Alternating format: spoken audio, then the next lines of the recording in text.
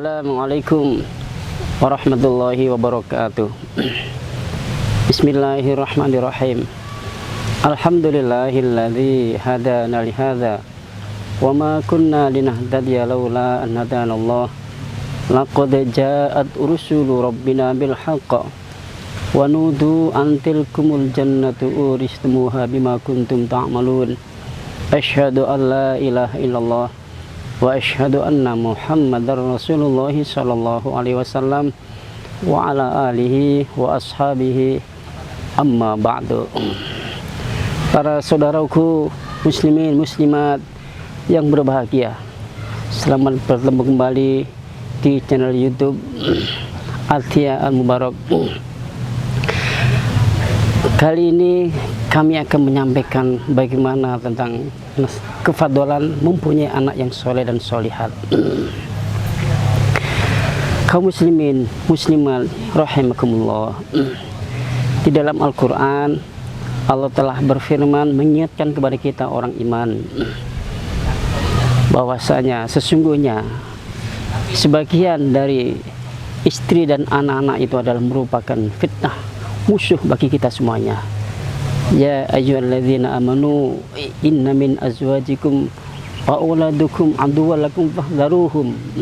Wahai orang-orang yang beriman, ketahuilah sesungguhnya sebagian dari istri kalian dan anak-anak kalian merupakan musuh bagi kalian.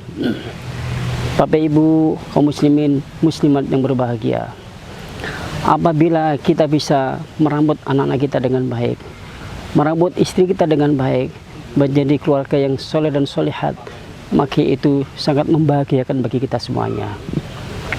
Kita sebagai orang iman, kita punya kewajiban untuk menggembala, merambut anak istri kita, keluarga kita. Dalam sabda Rasulullah Shallallahu Alaihi Wasallam, beliau menjelaskan, ala kullukum ra'in wa kullukum mas'ulun an ra'iyatih. Ketahuilah masing-masing kalian adalah merupakan pengembala, pemimpin, dan kalian akan diminta pertanggungjawaban atas gembalaan kalian. Warajulu ra'in ala ahli baitihi wa huwa mas'ulun an ra'iyatih. Seorang laki-laki, seorang kepala keluarga, kepala rumah tangga, sebagai pemimpin untuk memimpin keluarganya, anak-anak dan istrinya. Dan orang laki-laki kepala keluarga juga akan diminta pertanggungjawaban atas gembalaannya, atas kepemimpinannya. Hadirin kaum muslimin muslimat yang berbahagia, untuk itu kita usahakan dengan segala upaya bagaimana kita bisa membina, mendidik, merambut anak-anak kita sehingga menjadi sama-sama iman kepada Allah, sama-sama menjadi orang muslim yang taat ibadah kepada Allah. Lebih-lebih apabila menjadi orang yang ahli ibadah, ahli Quran, nanti ini akan membawa kita keuntungan baik di dunia maupun di akhirat. Berbahagialah, bersyukurlah bagi kita semuanya yang bisa membina anak-anak kita, memberikan pelajaran pendidikan anak kita, apalagi bisa menghafal Al-Quran, bisa membaca Al-Quran dengan lancar.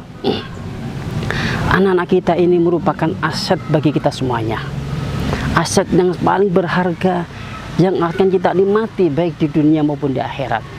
Apabila suatu waktu kita meninggal dunia, kalau kita mempunyai simpanan anak-anak yang soleh dan solehat, maka ini akan bisa mengangkat derajat kita, akan meninggikan derajat kita nanti di surga.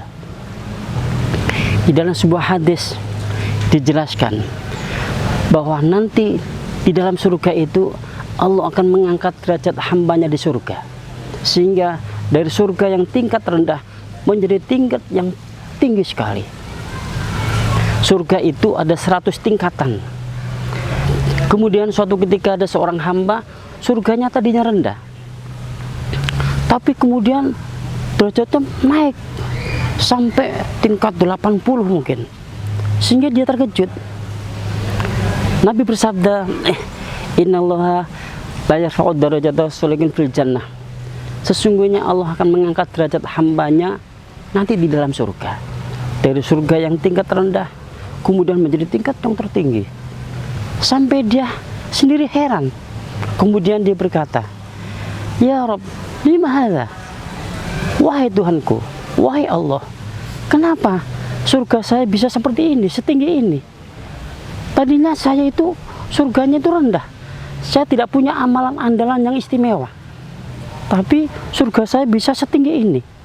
Qala bi istighfari waladika laka. Allah menjawab, ini karena banyak istighfar anakmu untuk kamu. Banyak ibadah, doa-doa kiriman dari anakmu.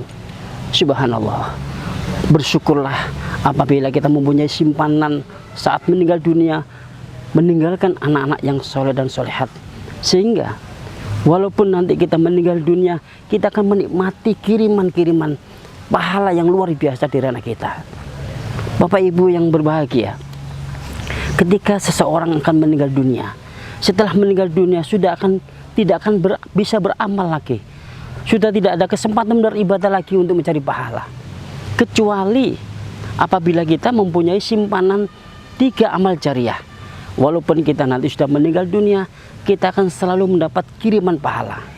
Sebagaimana sabda Rasulullah SAW, "Idzal mata insanu inqata'a sa'iru amaluhu ila min salasati asya." Ketika manusia telah meninggal dunia, maka putuslah semua amalnya. Sudah tidak ada lagi kesempatan untuk beramal. Nggak akan dapat pahala amal lagi. Kecuali ada 3 hal yang bisa terus mendapat kiriman pahala. Yang pertama, sodakotun jariyah. Apabila dia bisa sodako jariyah. Sodako jariyah, sebagian hartanya untuk invest di dalam membangun sarana-sarana ibadah, membangun masjid, membangun musola, membangun tempat-tempat ibadah. Yang kedua, au ilmin yuntafa'u bih.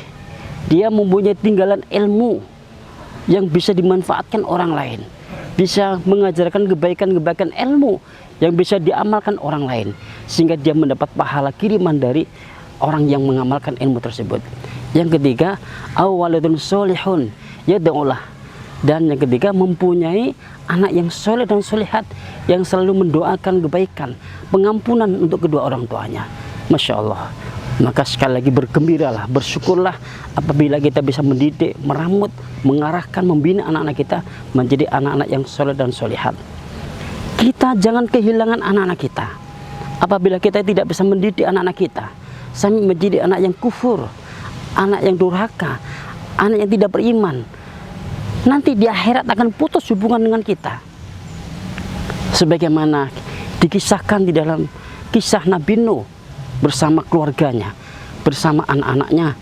Di dalam surat Hud, Allah menjelaskan bahwa Nabi Nuh itu mempunyai 4 anak laki-laki yang bernama Ham, Sam, Yafes, Kan'am. Dari 4 anak ini ada 1 anak yang tidak bisa diarahkan dengan baik, tidak menjadi anak yang soleh. Akhirnya pada saat Allah mendatangkan siksa di dunia dengan banjir yang besar, Nabi Nuh tidak bisa menyelamatkan. Di hadapan Nabi Nuh, Allah menyiksa anaknya. Walaupun Nabi Nuh berusaha untuk menyelamatkan, beliau bilang, "Ya bunayya, irkam ma'ana, walatakum ma'al kafirin."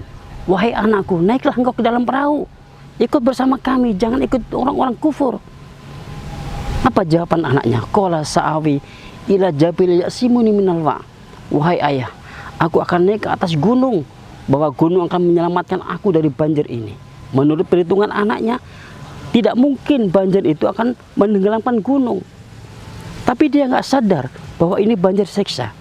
Itu akhirnya wahala bainahuma majun kal jibal. Allah mendatangkan siksa yang besar, yaitu ombak sebesar gunung, sehingga Nabi Nuh tidak kuasa menyelamatkan anaknya. Nabi Nuh kemudian berdoa kepada Allah, "Ya Rabb, innahu min ahli, innahu adakal haq." Ya Allah, itu anak saya, darah daging saya, ampunilah dia. Apa jawaban Allah? Qala ya Nuh, innahu laisa min ahlik.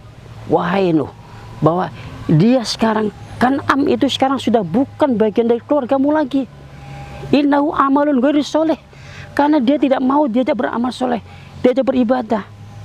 Fala tas'alni ma laisa bili ilmun. Kamu jangan minta sesuatu kepadaku untuk anakmu yang tidak ada ilmunya. Anakmu kufur, anakmu gak mau iman, gak boleh dimintakan ampun. Ini a'idzuka an takuna minal jahilin. Aku nasihati engkau akan tidak menjadi orang yang bodoh. Na'udzubillah min dzalik. Ini nasihat, peringatan untuk kita semuanya. Anak seorang nabi yang luar biasa pun karena anaknya tidak beriman kepada Allah, terpengaruh orang-orang yang tidak ibadah, yang kufur, akhirnya pun dunia akhirat tidak bisa diselamatkan, hilanglah, putuslah. Maka untuk itu dalam kesempatan ini kami mengingatkan, marilah perhatikan pendidikan anak-anak kita, terutama dalam pendidikan agama, dalam pendidikan keimanan, sehingga menjadi orang-orang iman yang saudara-saudara seperti kita semuanya. Lebih-lebih jadikan anak kita yang ahli membaca Al-Quran. Bapak Ibu sekalian yang berbahagia, dalam satu hadis yang diriwayatkan oleh Imam Abu Dawud, Rasulullah bersabda, "Man qara'al Qur'ana wa amila bima fi ulbisa walidahu tajan yaumal qiyamah. Dahu wahsanu bidai syamsi fi biyudi dunia." Barang siapa yang mempunyai anak yang ahli membaca Al-Quran, yang rajin membaca Al-Quran dan mengamalkan isinya, maka nanti di hari kiamat kedua orang tuanya dipanggil oleh Allah, diberi hadiah suatu mahkota yang sinarnya mengalahkan mahkota, sinarnya mengalahkan matahari di dunia ini. Subhanallah. Maka jadikan anak-anak kita ini menjadi anak yang beriman, sehingga nanti kita dan anak-anak kita akan berkumpul di dunia maupun di akhirat. Sekali lagi saya ingatkan satu tadi lagi, dalam surat Tur ayat 21 Allah menjelaskan, innalladzina amanu wattaba'athum dzurriyyatuhum biimanin alhaqnahum bi dzurriyyatihim. Sesungguhnya orang-orang iman yang diikuti anak-anak juga semuanya iman, maka nanti akan aku kumpulkan semua, aku susulkan mereka semua, baik di dunia sampai nanti di akhirat. Di dunia menjadi keluarga besar, sampai di akhirat menjadi keluarga besar bersama-sama di dalam surga. Semoga kita berjuang, berdoa, ubah segala upaya yang menjadikan anak kita yang soleh-solekat kumpul di dunia dan di akhirat. Inilah sedikit yang dapat kami sampaikan, bagaimana bahagianya kalau kita mempunyai anak yang soleh-solekat. Semoga Allah memberikan manfaat dan barokah. Kurang lebihnya mohon maaf. Assalamualaikum warahmatullahi wabarakatuh.